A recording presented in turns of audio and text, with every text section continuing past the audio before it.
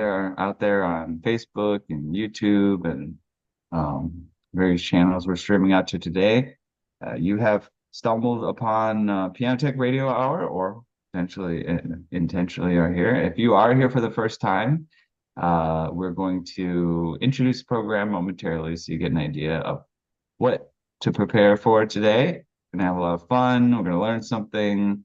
We're gonna be musical. We're gonna be creative. It's gonna be a blast. I'll intro the program, like I said, momentarily, but I'm going to also let our Zoom participants in. Let me make sure to do that. We're just kind of getting settled. Hello, Zoom participants. Thank you for joining us today. We appreciate your presence here and always look forward to seeing those familiar names return each week. We're going to get started here in a moment. I just did a quick shout out on the live stream on YouTube and Facebook to give people the context. And momentarily here, I'm going to just introduce the program. So this is Piano Tech Radio Hour. We gather here every Saturday to meet with and learn from the most fascinating and knowledgeable folks in the piano world. And this includes, I'm going to spotlight myself as well, and let's see here, me and the spotlight our guest today. Yeah, we talk to the most fascinating folks in and around the piano world, including manufacturers, rebuilders, musicians, makers of other instruments, and of course, piano techs. Our mutual goal is to become better at our craft, to help each other, and to create an ever more musical world together. Piano Tech Radio Hour is brought to you by Piano Technicians Masterclasses, an online learning resource that brings you cutting-edge instruction from piano industry masters without leaving your home. You can find out more at pianotechniciansmasterclass.com. You could subscribe to Piano Tech Radio Hour.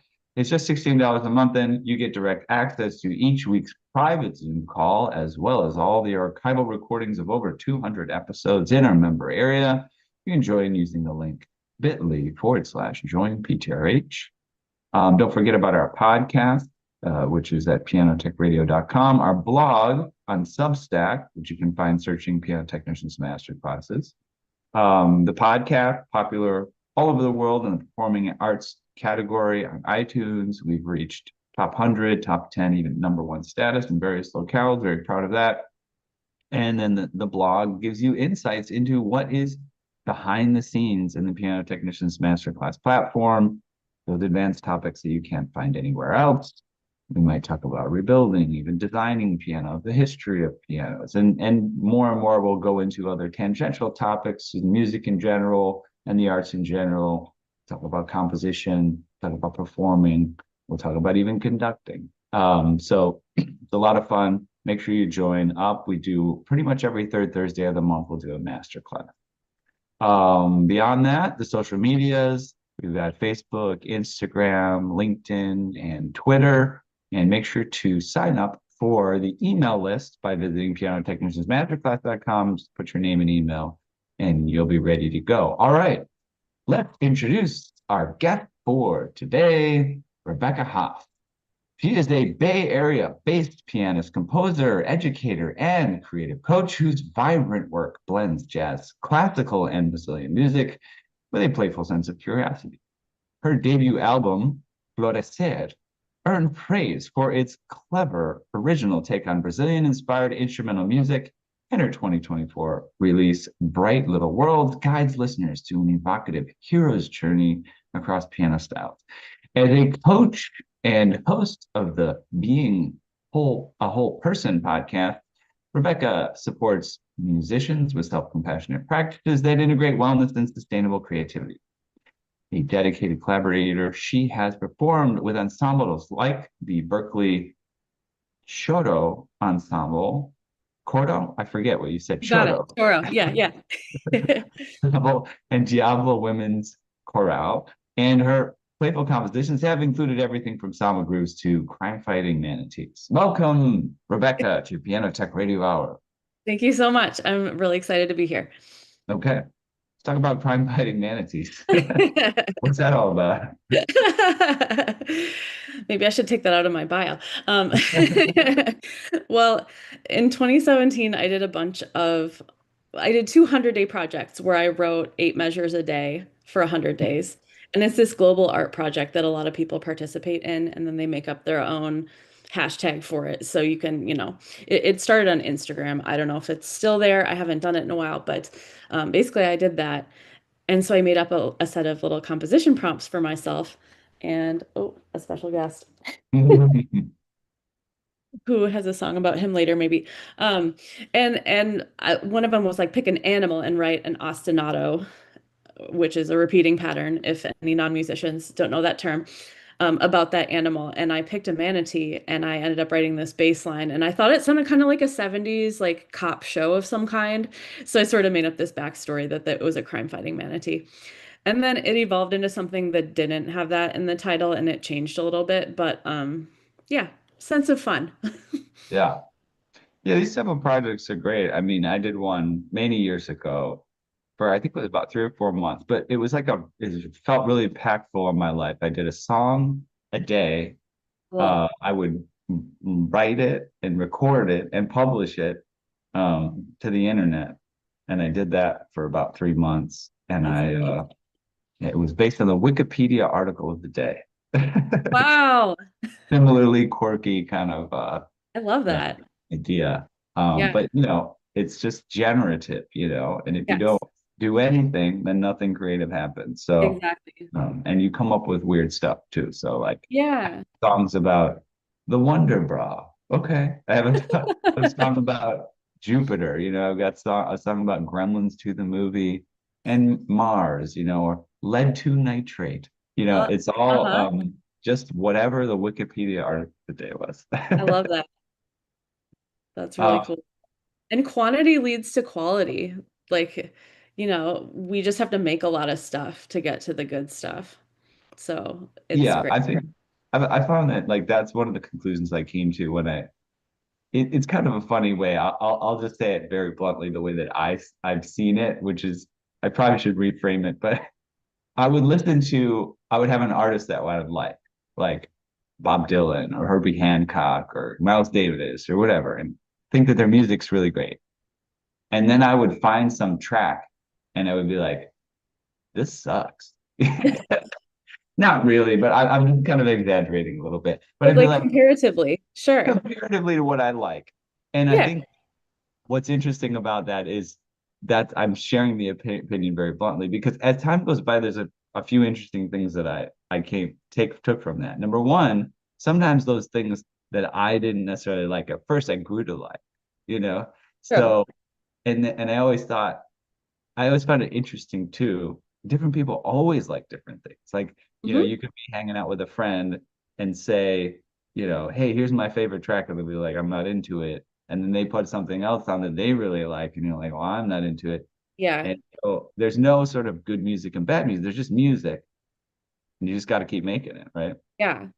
Well, and I think that hits on something really important to being the creator.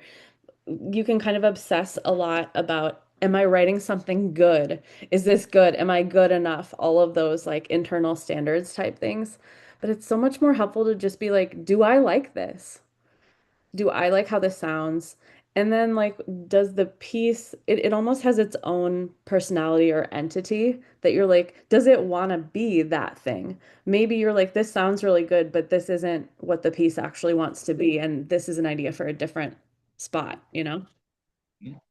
Cat is obsessed with something out the Cat's window. name. Should we introduce the cat? I don't have a bio for the cat. Oh yeah. Okay, well, this is Suki.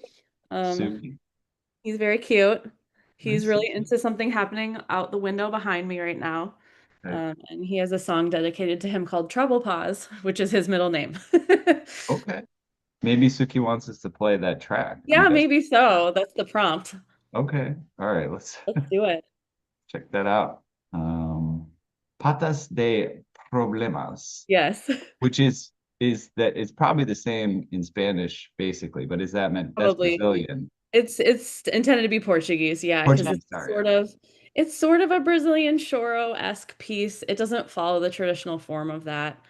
And if anyone doesn't know what Brazilian Choro is, it's this style that came about there around the same time as ragtime came about in the United States. And it's kind of that same combination of African rhythms meeting European harmonies. But Choro is very much a living art form, and there are Choro clubs in Rio and Sao Paulo. It is vibrantly still alive, whereas ragtime didn't. It kind of went to other directions in jazz. So, yeah, not long after I got Suki a few years ago, he was very playful, and that inspired this piece. All right, let's check out a little bit of it.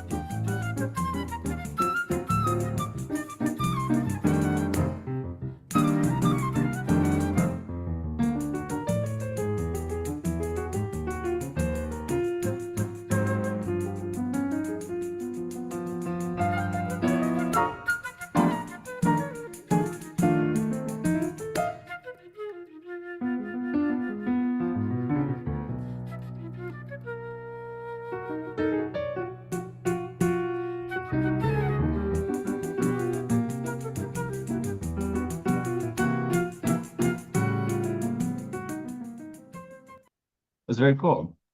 It Thank reminds me of like I mean, it's funny because it came out of the style you're kind of bringing in came around ragtime. That's like 20s, I guess, maybe or something like that. Even Ragtime. before, but yeah, definitely Yeah. into the 20s. I would say even like the turn of the 20th century. Yeah.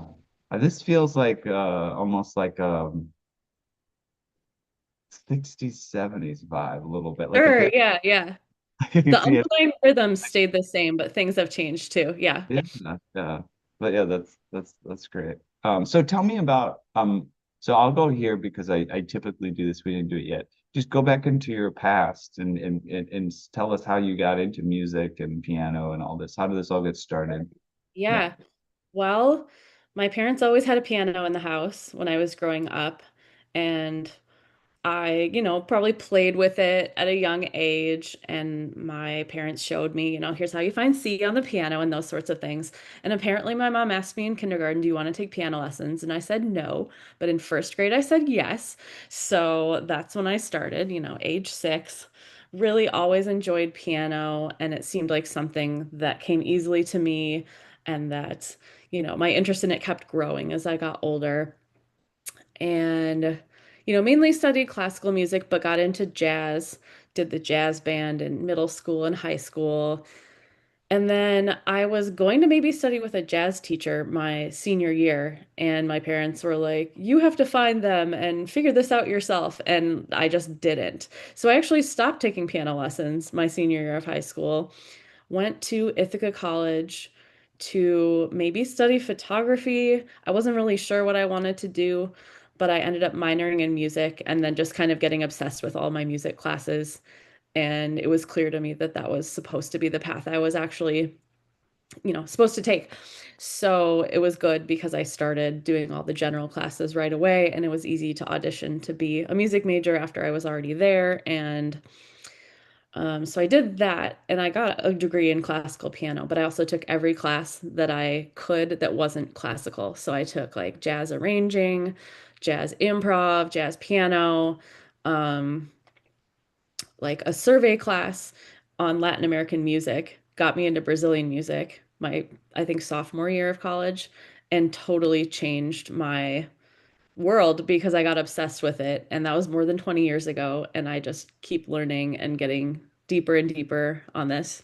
Because saying Brazilian music is like saying American music. Like, what is that? It's a whole bunch of different things. So even within that, there's samba, there's choro, which you just kind of heard. There is like baião and forró, which are styles from the Northeast. Like I could go on and on and on. There's so much to learn, and that's definitely still one of my major musical passions. Yeah. Can you give us some I'm gonna do this after we're done. I'll put a little Brazilian music playlist together. Can you Oh, give me cool. Yeah. an artist? I'm not doing this for anybody else. That make me proud. This is for me. But but I'm just saying I wanna. I've been into like my Spotify playlist lately. So yeah, any recommendations, artists, albums, I mean, some so much. Do you want things with vocals? Do you want things without? let's Uh, get things with vocals first. you Yeah. want upbeat? You want Here's chill? here's what I want. I want a little maybe I'm gonna spend too much time on this, but one or two recommendations in a couple of different styles. So let's say Choro. Do you have Yeah. any recommendations for that? Yeah. Well, Alessandro Panezzi. Check Okay. out, he's a guitarist. He's extremely prolific. He teaches at the California Brazil camp that I've gone to many times, which is a couple hours north of me here in the Bay Area. Okay. Um, and he has written so many choros. He is one of those people who just like breathes and music comes out. Um, a couple years ago at the camp, he wrote a choro for every single person in his class. And so I have one dedicated to me. And he didn't just write it for everybody. He was like, here's what I know of you as a musician, and I will incorporate that into the music. So, Wow. yeah, Okay. just like look him up. Any of his recordings would be great. So that's like usually solo guitar. He's collaborated with other people too. Um, and then let's see. Well, here's somebody I'm obsessed with right now, Luisa Mitre, or Mitri, I guess is how you pronounce it, Mitre. She's a composer in Belo Horizonte, and she's in this duo. She's a pianist. She's in a duo with her sister, who is a percussionist, often plays like vibes or other percussion. And I am super into her music right now. Her first album, I'm forgetting the name of it, but she doesn't have a lot of things out. You'll find it. I've been learning her music in a band that I'm in lately, and it's been really, really cool. So those two both Choro, or are those just different Brazilian artists? I mean, Alessandro Panezzi plays a lot of choro, but maybe some other things. And Luisa Mitri plays a lot of different things. There's samba, there's choro, there's like baião and other Northeast styles. Yeah, there's a good variety. Although those are both instrumental. Maybe I should give you a vocal one too. If you got one. If you don't, I was going to ask for Yeah. Bayao is something like I feel like I've heard the word, Yeah. but I don't know like, oh, that's Bayao or that Yeah. artist, that song. Yeah. So it always has a rhythm under it that's like boom, boom, boom, boom, boom, boom. This like 1, 2, 3, 1, 2, 3, 1, 2, 1, 2, 3, 1, 2, 3, 1, 2. And Foho is a specific style underneath that. Forro is how you spell it. And that's like, it's like a folk style, really, but it's become more than that. Accordion, zabumba, which is a kind of bass drum, and triangle are the main instruments. But you might hear like flutes or fiddles or other stuff getting in there too. So like piano isn't included in that, but you can definitely adapt anything for piano, and I do because I want to play it, you know? Mhm. Any track or artist that comes to mind? I'm putting you on the spot here, so if you don't. Yeah. Well, if I'm thinking classic, Luis Gonzaga Okay. is, I don't know if everyone agrees that he invented the style, but he'd be one of the people. Like maybe Okay. people argue about it, but yeah, yeah. Okay. He is All right. a good place to go to get to the roots. Excellent. Yeah. Yeah, I love this. There's so much out there in terms of musical genres and styles Yeah. and little subcultures. And I can't say I'm the biggest fan of Spotify as a company, and I didn't use it for a long time. Yeah. But I have it's sort of built into my car, and so like I do Mm. it. And the one thing that I have appreciated is just being able to explore, oh, this is like that, and check this Yeah. Yeah. different playlists and different, genres and things. Yeah. Yeah. I switched to Tidal a few years ago and I like it. It feels the same as Spotify to use and it is better ethically. And I don't like it maybe doesn't have quite as much stuff on it, but I'm happy with it in case you Okay. want to venture away from Spotify. I just read the book about Spotify and all of its terrible business practices. So Okay. I Yeah. feeling a Yeah. little sour on that right now. Yeah. Well, it's funny not to sidetrack our conversation too far, but I just got into this group called Wolfpack. They're relatively I popular. love them. Oh, okay, nice. Yeah. And one of the tracks I have a back pocket, that's like one of their most popular Yes. tracks. I Yep. listen to it like all the time. Yeah. And I discovered, not discovered, I feel like I'd heard of them, but I got into them through Spotify and have been making these Hmm. lists. But then I looked up the main guy, and he literally had some interview on, like one of these news shows, CNBC or something, about Spotify was going public, and he was just bashing them. He was like, we get like you know 40 hundredths of a penny, for every play, and it's ridiculous. So he was talking, he was very disappointed, I suppose. I found that ironic, given that I was exploring his music through I Spotify. know. I But it's know. also a complicated world. Yeah, Yeah. yeah. But Yeah. anyways, I um, could say a lot about that, but yeah, we don't have to dwell on the Spotify topic. other things to say, go for it. Share. Well, Yeah. I mean, I was also just going to share that if you have under a thousand streams in a year on a Mhm. certain track, you get nothing. They Me have too. changed the rules, so you don't get anything unless and it's a rolling period, so it's a year from today, no matter when it is. So, yeah, I just really haven't found it worth it to try and get income via Spotify because those fractions of a penny take forever. It's so much effort. I want to be available. I want my music to be available to people online. But honestly, after reading that book about they have all these fake artists that they created. Mm. Like basically they hired people to sit in a studio and make all these tracks and never get and pay them a one-time fee and they never get credit for it. And then they make all these fake artists that they don't have to pay anymore because the people already made the stuff. So Just like a big part of their ecosystem is just like fake. And now yeah, that's even before AI too. So like I just don't feel good about being a part of that, and I might even take my music down from there. I'm still thinking about it. yeah, yeah. I didn't use it for the longest time. Also, they're also getting heavy into podcasting, which Yes. I really appreciate the sort of independent nature and decentralized nature of the podcasting ecosystem. Yeah. Like nobody owns podcasting, like Yeah.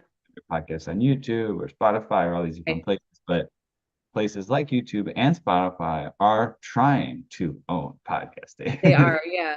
To make deals with certain artists. Yeah. Hmm. Yeah, yeah, which I don't think is necessarily I don't think it's good for what I like about podcasting, again, is that it's independent, right? I mean, Yeah.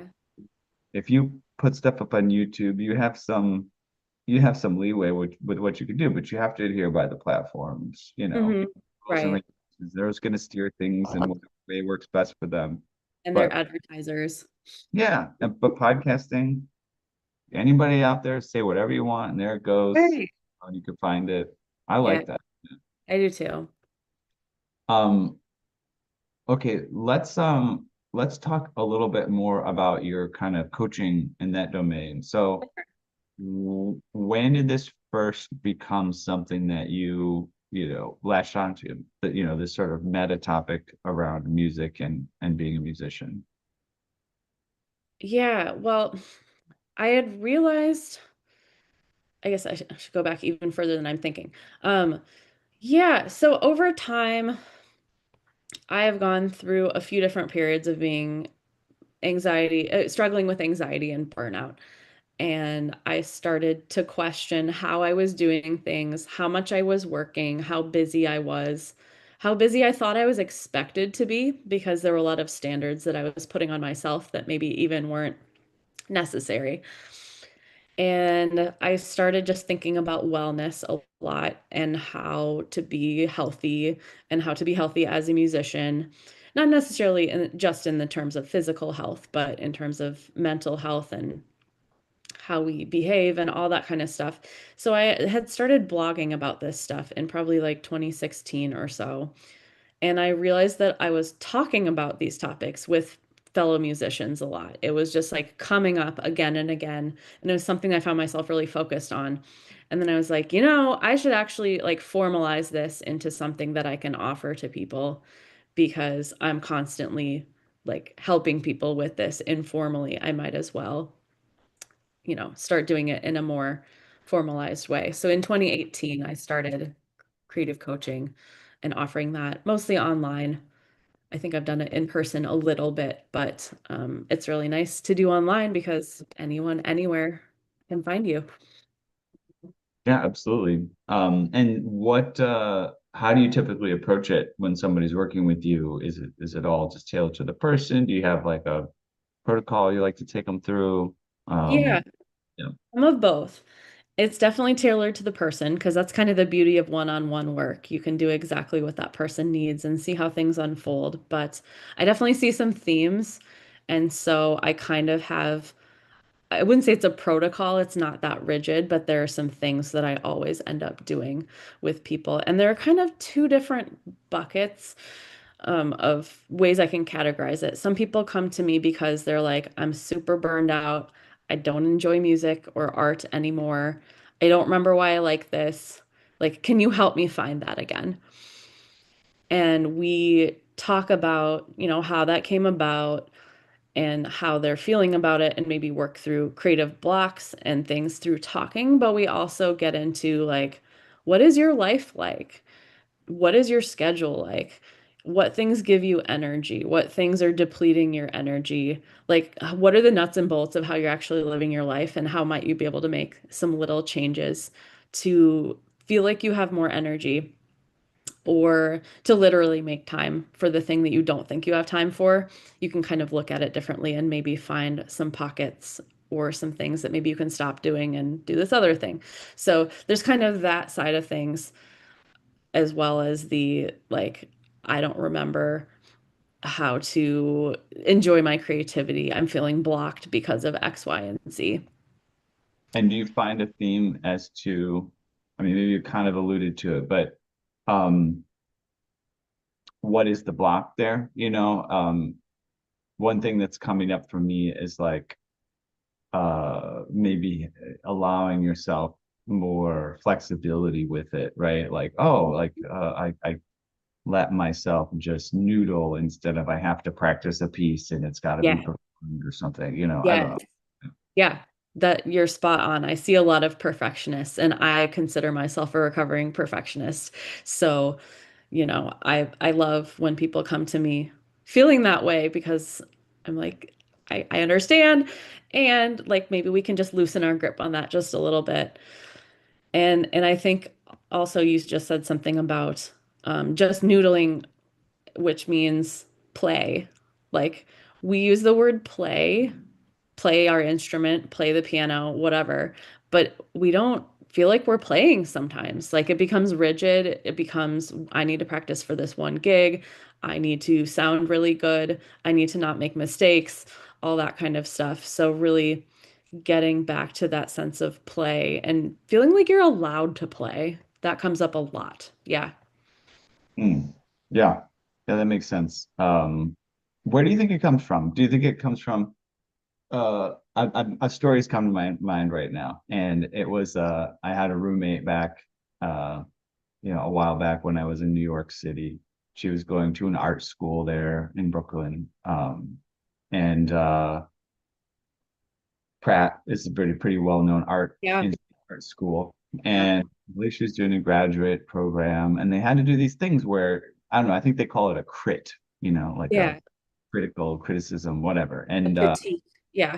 yeah, and they show their thing to the professors, and the professors talk about it. And it's a little, I mean, it always feels like a little game where they say the meanest things they can. Sometimes it And does feel like that. Yeah. you as an artist kind of have to um like I guess just deal with it, right? It's like because I don't know that from my perspective of hearing about this, there was no clear answer. Like one of your answers could be to like defend vociferously what you're Yeah. doing and just like really sell it hard, eat despite the criticism. But the Hmm. side of it could be like, oh, that's a useful suggestion. You could take it humbly, right? But it's very, I've noticed this in academia. There's this theme of like whoever's the authority figure is just going to beat up on you, and that's going to be good for you. So, anyways, where do you think that's part of where this comes from, or where does it come from that people get so, just like, you know, almost like scarred or PTSD from something like music or Yeah. performance? I think it depends a lot on people's personal experiences, but actually, it's funny that you said that. I mentioned earlier that I thought I might study photography. I was really interested in that, and I just, for whatever reason, thought I couldn't cut it as a musician. I was like, maybe I'll do something else. But the first photography class I took, the critique days, my stuff just got ripped apart, and I was like, I hate this. This is not fun. It's heavily informed by the taste of the professor and their opinions. It's filtered through what they're thinking. It's not that their opinion is the be all end all of what is good and bad. But I was just like, wow, that killed all the joy I had for photography. I don't think this is what I want to do. But then in my music classes, where we'd have like a studio class and give comments on each other's work, that made me want to be better. And that made me want to explore more. So that was super clarifying for me in knowing what I wanted to do next. That doesn't really answer your question, but I just want to share that too. Yeah. I think we teach the way we're taught sometimes, unless we aim to do something different. And if that teacher came from a really critical teacher as well, they're probably going to pass that down. I think a lot of it comes from fear. Like deep down, we just want someone to think we're okay, right? And to be loved and accepted and to like be successful with whatever we want to do. So, you know, being really critical might feel like some kind of protection against whatever is going to come your way. If I rip it apart, like then I'm ready for any bad thing that might come my way. Yeah, I mean, I don't particularly like that style. You probably can understand that from the things you read in my bio and, sense of how I'm coming across.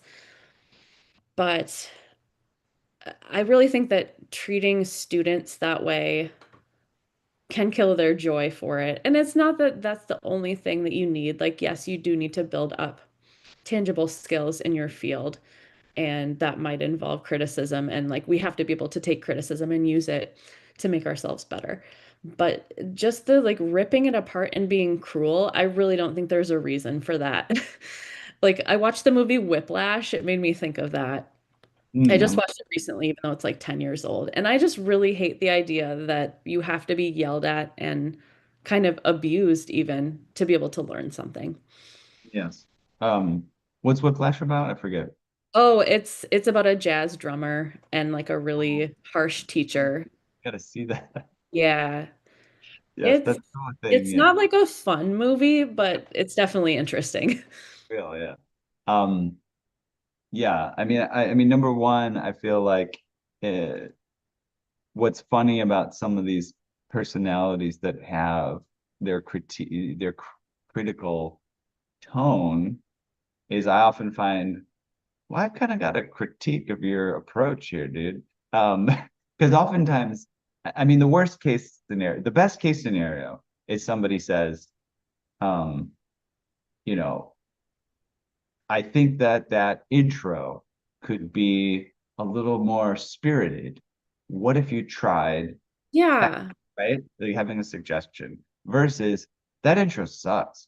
Fix it, which is I think what for some reason it's just the easiest path for some sort of authority figure to take. They don't have to Mhm. think very much. They No. Yeah. just go, oh, criticism equals that's my job. Say something mean and move on, and they'll figure out the details. Yeah, Right. I have criticisms that seems kind of lazy to me, you It's know? not really teaching. Yeah. And the second way, that way, has no curiosity. You asked a question the first time, what if you did this? Like, I think curiosity is center to everything we do in creativity and always should be. And just the straight up criticism, that shuts it down. That doesn't leave any room for possibility and becoming something else and evolving. So I think it's really important that we treat others and ourselves in a way that lets us stay curious about how we might be able to grow. Yeah, another example. I think of too is there's a lot of people who are very successful.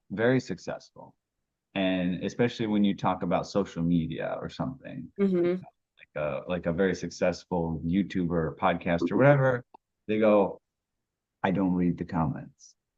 Like they don't pay attention, right? So the idea would be, oh, somehow you could make some utility out of this kind of negative feedback, where Hmm. for some of these people that are very talented, they just go, I don't even bother.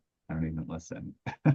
Yeah. Well, I think filtering feedback, if you're that famous and you're getting that much feedback, like we can't take in that much information. And whose feedback do you actually value and trust? It's probably not that random guy who wrote you a comment in all caps, you know? So, yeah, I respect that. I think it would be hard not to want to know what was going on, what people are saying about you, but I can see it both ways. How do you think about maintaining standards? That's something that I've actually been working on in various parts of my personal and professional life. So, it's like it's like you go to the restaurant. Oh, what was this? This actually happened recently. I went to the restaurant. A little quick story here. I don't know if this will apply, but It this is probably how does. it sort of makes sense. I went to the restaurant. I ordered a hamburger. The woman said, "Oh, is that all you need?" And I said, "Well, I know when you guys bring it, you usually bring like just one little dish of ketchup, one little dish of the little jardiniere sauce that comes with it. I'll be happy if you could just bring me a few of each of those." And we had that conversation, and she listened to me say that. She asked me about like how I wanted it. Is there anything else? Da da da. I said that, and then sure enough, she personally comes back, brings the dish, and there's one cup of jardiniere, and there's one cup of ketchup, and I thought to myself, I didn't say anything. I just asked for more at a later point. But I thought to myself, there's a part as like a consumer of some good or something like that, where it's bad for someone if you don't say, hey, listen, like, why bother asking somebody what they want if you're not going to follow through? Like this service could be better, and it's not going to be good for the restaurant if you continue to just kind of be absent-minded about it. Forget these things, right? Um, yeah, so that's like I think about like standards, right? Because it's like, sometimes you just don't want to say something. You want to yourself even, right? Hmm. So how do you think about that? I don't know how Yeah. much into what you talk about, but yeah, I'm curious. Yeah, that's an interesting, well, your example is interesting because the job of a restaurant is to give good customer service. And is our job as artists to give customer service? That's a question. Like maybe that's like a whole other hour program we could talk about Yeah. just like what is our duty to serve our fans or however you want to word it. Um, but just getting back to your actual question, like how do we make our own standards? We have to make our own standards. And we probably do get a lot of feedback from outside about what those should be, either from like people we've learned from, perhaps those teachers who have yelled at us in the past, their voices are still hanging out in there and saying, like, oh, you shouldn't play like that because that's bad, you know? So I think it's a long process.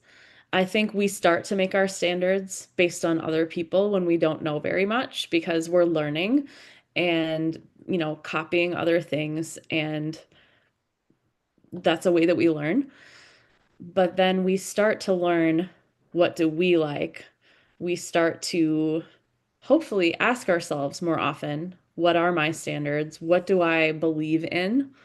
Like it might not be standards like I think that good piano playing sounds like this. It might be like the guiding principle behind my work is that I want to be able to share it with people in this way. And, that's like why I do this kind of thing.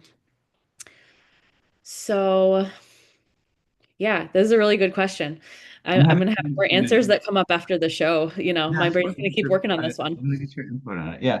I feel like some things are coming to mind for me in that like I mean it could help to just like have objectives, right? Right. You can always change your objectives and say, hey, you know what, I don't want to strive for this or that. I gave up on that Right. goal because I didn't really want it. But if you have your objectives, I think they could help you set your standards, right? Like if I want to play in Carnegie Hall, okay, there's a certain standard, or let's just make it even clearer because a lot of people could play in Carnegie Hall, different genres and, Sure. love.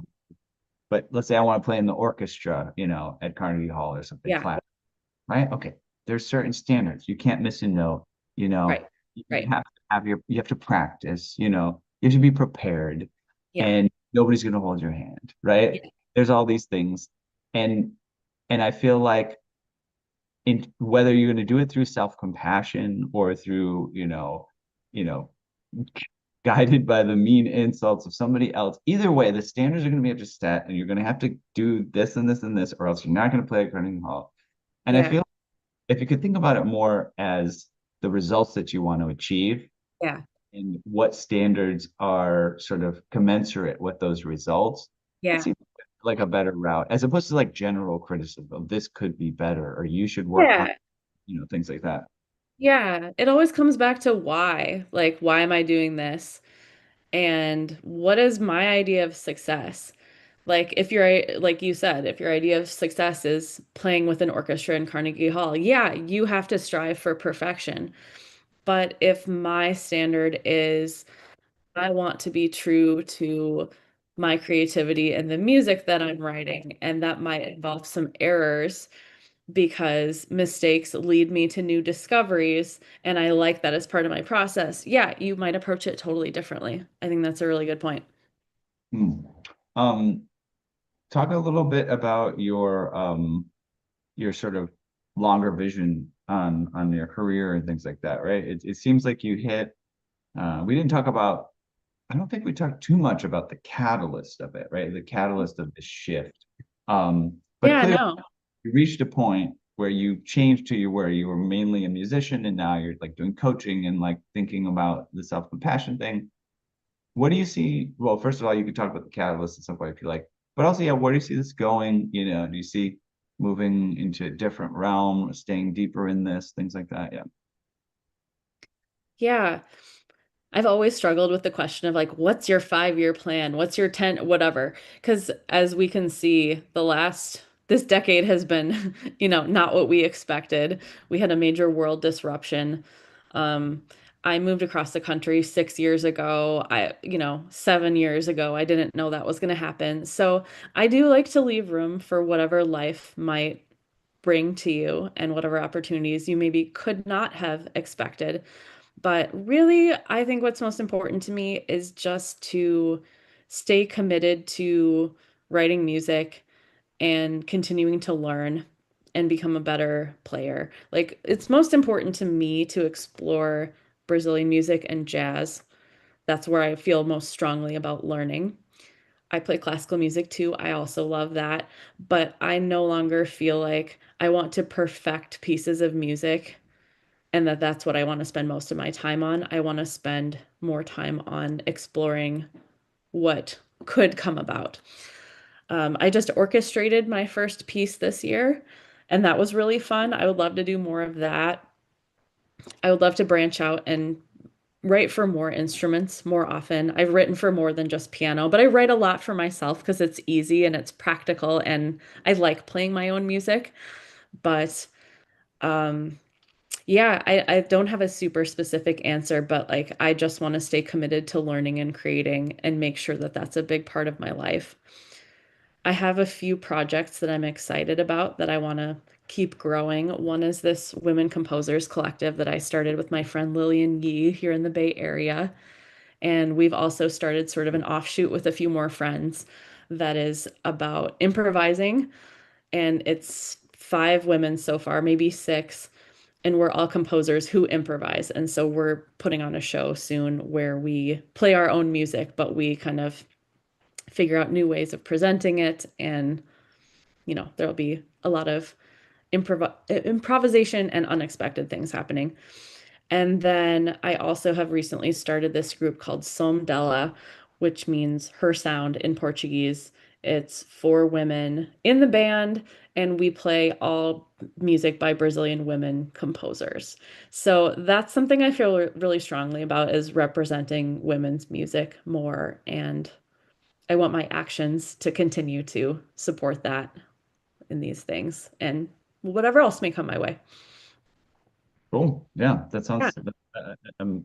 Thanks for sharing all these different things you're into, and that are emerging. Um, we had, by the way, a couple weeks ago, a woman named Molly Gebrian on the program. She just wrote a book about. Are you aware of her? I have her book like in my cart Oh, um okay. on a book website right now and I need to actually buy it. Yeah, Yeah. I've had multiple people tell me you need to read this book. So, okay, has that been or I guess it did come out. You do this live, so I can listen to that. I mean, it's out on Facebook. It's not. We haven't released it on the podcast yet, but Okay, actually, I think it's queued up to be released maybe on Monday. cool. I'll But look for it. yeah, I'm thinking about it too. What's coming up for me is the concept of working hard versus um, letting things flow, I suppose, which I feel like is kind of where you gravitated, right? It's like you Yeah. were working hard, but it was not working, and so you sort of let things flow. Yeah. And there's a couple of things that come to mind. For myself, I've realized that there's certain things in my life which have magically happened because I kind of just let things flow and Yes. go. Some really cool things, all the way to my PhD that I got, in neuroscience. It's just like, wow, I just kind of let things flow and that all sort of came together, right? I mean, I worked really hard as well, but I kind of let go of some preconceived ideas and like tried some things out that I might not have previously. Um, and what I reason I brought up Molly's book is because she highlights from a scientific perspective, from a research-based perspective, how it's proven that for example, you need to take breaks. When you practice, Yes. right? You Yes. might think from this sort of hard charger sort of perspective. Oh, I'm going to practice for 4 hours straight. And I'm not going to drink water or go to the bathroom or like whatever. Yeah. And, and people with that, you look at the research as well, you know what, I know that sounds like you're doing a really great job, but really you should kind of like chill out every 20 minutes for about Yes. minutes and kind of just like look like you're not doing anything. Yeah. Um, yeah, so I'm sure this overlaps a little bit with your work, and so you'll get a lot about the book. But I'm Yeah. curious, other things that you've intuitively learned to come across, just about like what it means to work hard, or be dedicated or be committed, you know, versus what works or doesn't, and how to approach that. Yeah. I have a lot of thoughts about that, probably too many for this time period too, but yeah, that idea of working hard has a lot of baggage with it for me. I grew up with the message that having a good work ethic was, a good value to have. And like I do believe that. But yeah, that plus just it's baked into our culture, right? Like working hard is what makes us feel like good people. That's the message that we get. And the first question you ask someone at a party, what do you do? You ask them about their work, it's everywhere. So like I'm the descendant of farmers. There's something there too that like you had to work hard so you had food. Like that stuff is baked in, even though maybe we don't have the same survival issues that perhaps our ancestors did. And then I think when we get to music school, it's really glorified to have no free time and to compare how many classes you're taking versus your friend. And like, I only got 3 hours of sleep last night. I only got two. And it's like a badge of honor just how much you are mistreating yourself at a certain point. And like at age 20, 18, whatever, you can handle pulling those all-nighters. Now, I think that would destroy me. But um, yeah, so I think working hard, we have to have a nurturing view of what that means, and that working hard has to be balanced with taking care of ourselves. Like you said, not stopping to drink water or go to the bathroom ultimately is not helping your brain work better. So you can't do the work.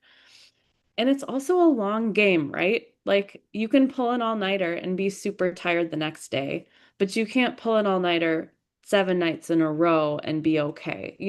Like in the long run, you have to treat yourself in a way that allows you to keep going and doing what you're doing in a healthy way. And you have to listen when your body and your brain tell you maybe this isn't going so well. Like I'm feeling a little pain in my arm. Okay, I'm going to do something about that. I'm going to stretch. I'm going to rest it. I'm going to ice it. I'm going to play differently, whatever. You figure out what it is from what the problem suggests. But those breaks are so, so important.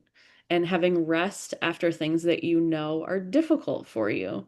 Like if you have a day with a bunch of performances, you might want to try to schedule a day off the next day if you can, as opposed to a day when you're just sitting at your computer all day. You might not need the same amount of rest. So I think working hard has to be balanced with the right type of rest also. I don't know if this fully answers how you asked your question, but there are many thoughts and they can meander all over the place. Yeah. Well, yeah, and I mean, like we were talking about, there's a scientific foundation for these things, which is fascinating. You know, yeah, I'm sure there's something to the kind of, again, I'll just call it like a hard charger attitude Yeah, towards. I think that I think part of the appeal of it is that it does work in certain circumstances, right? And yeah, you've seen it work, right? There's a reason that you got in some mode of hyper productivity or burnout because there's something about it was working. You're seeing some sort of results or something happen.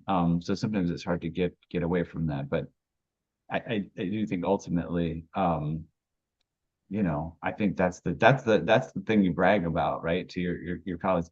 I did the research, and yeah, it says that if I work more than 50 hours a week, I'll have diminishing returns and might even be less productive. So yeah, go for it. Do yeah. your minor. Well, and Uh, we hear about the great results of the work. We don't hear about the like ulcer that person has because they're so stressed out. And right. we hear about the so-called overnight success. We don't hear about the 10 years leading up to that person put in to try and get to the point where someone knew who they were and they broke through or whatever. So I think that the positive part gets glorified and we don't get the whole picture. And I think that doesn't help us either. Or like the movie montage of the person like doing all the workouts and then suddenly they're really buff and it's like, yeah, they did it. They worked so hard, but like you didn't see all of it. It was the sped up version of it. Yeah. Time to really not think about the whole picture, I think. Yeah. Yeah. And I think there's something we'll wrap up here in a minute because we're running out of Sure. time. But yeah, I think there's just something to be said. I think wrapped into all this, it has to do with your project and the one that I mentioned, having just a daily practice that you just keep up with. And yes, some days it's high energy and some days it's low energy. You just keep going at it. That does feel like it's work, sometimes, but it's not work that you have to beat yourself up about, whether it went well or not. It's just the fact that you're doing it, right? Showed up. Yeah. And the consistency doesn't have to be, I am writing an entire symphony. It can be 8 measures, like mine was 8 measures, and it ensured that I showed up every day to do something. Consistency can just mean doing that little thing, and it just keeps accumulating and adding up. And that's great. Wonderful. All right, well, we're gonna wrap up here in a minute. I'll do the outro, but before we do, anything you want to plug, websites or links or words, final words of wisdom or whatever, before Yeah. we roll out. Yeah. Um, Final words of wisdom, I think just always find a way to stay in touch with your creative joy and curiosity because that's what's going to fuel you through everything else. And it isn't frivolous and it isn't like this is fun so it's not work so I shouldn't do it. Like it's essential and you get to do it and it actually helps your creativity overall. And then as far as websites and links, RebeccaHaas.com. I assume you'll put it in the show notes and you can see how my name is spelled. But that's where you find everything. If you want to keep up with my music, I have an email list for that. And I also have a creative newsletter that I write called Creative Joy Beams that is just kind of different topics on the creative life, the creative process, sharing what I've been doing, sharing lessons. Yeah, creative fuel. Okay, wonderful. Well, thank you very much. We have reached the end of another musical journey here at Piano Tech Radio Hour. We want to thank you very much, Rebecca, for joining us today. As always, we're brought to you by Piano Technicians Masterclasses, cutting edge instruction for piano industry masters without leaving your home. For those that joined us today by signing up for the session individually, make your life more convenient. Subscribe to Piano Tech Radio Hour. For just 16 bucks a month, you get the recording of today's session in a member area, as well as automatic registration for each week's new session. You can sign up at bit.ly/join PTRH. That's bit.ly/join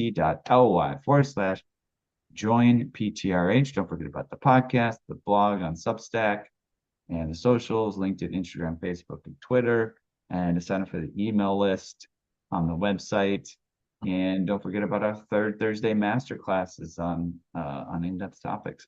All right. Thank you guys very much. Thank you, Rebecca. Thanks everyone for showing up. We'll see you all again.